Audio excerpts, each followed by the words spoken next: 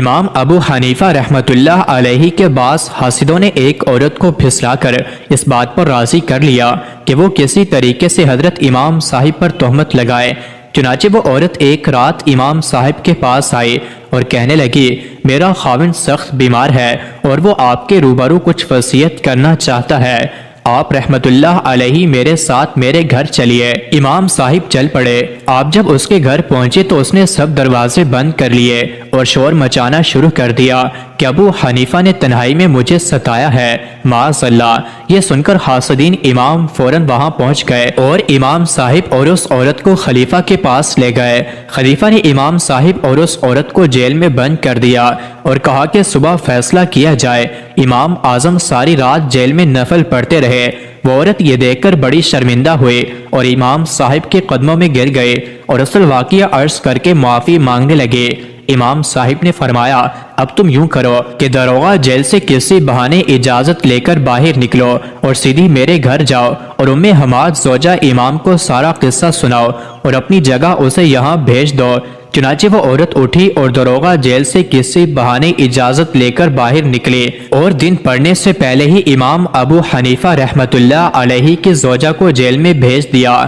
صبح ہوئی تو امام صاحب کے جملہ حاسد عدالت میں پہنچ گئے۔ خلیفہ کے حکم سے امام صاحب اور عورت کو بلایا گیا۔ خلیفہ نے امام صاحب سے کہا، اے ابو حنیفہ، کیا آپ کو ایک اجنبی عورت سے بند مکان میں خلوت جائز تھی؟ امام ابو حنیفہ رحمۃ اللہ علیہ نے کہا، کس عورت کے ساتھ؟ خلیفہ، یہ جو سامنے بیٹھی ہے۔ امام ابو حنیفہ، ام حماد کے والد کو بلایا جائے۔ چنانچہ امام صاحب کے سسر کو بلایا گیا۔ امام ابو حنیفہ رحمۃ اللہ علیہ والد ام حماد کی طرف مخاطب ہو کر، جناب ذرا اس عورت کا گھونگھٹ اٹھا کر پہچانیے کہ یہ عورت کون ہے۔ والد ام حماد گھونگھٹ اٹھا کر دیکھتے ہی، اے خلیفہ، یہ تو میری بیٹی ہے جس کا نکاح ابو حنیفہ سے ہو چکا ہے، پھر یہ ہنگامہ کیسا؟ یہ بات سنتے ہی حاسدین امام دھر لیے گئے اور سخت ذلیل ہوئے اور امام ابو حنیفہ رحمۃ اللہ علیہ کی عزت و عظمت کے نعرے بلند ہوئے۔ قاضی اسماعیل جو بغداد کے بڑے لوگوں میں سے تھے، بہت خواہش مند تھے کہ ابراہیم حربی سے ملیں۔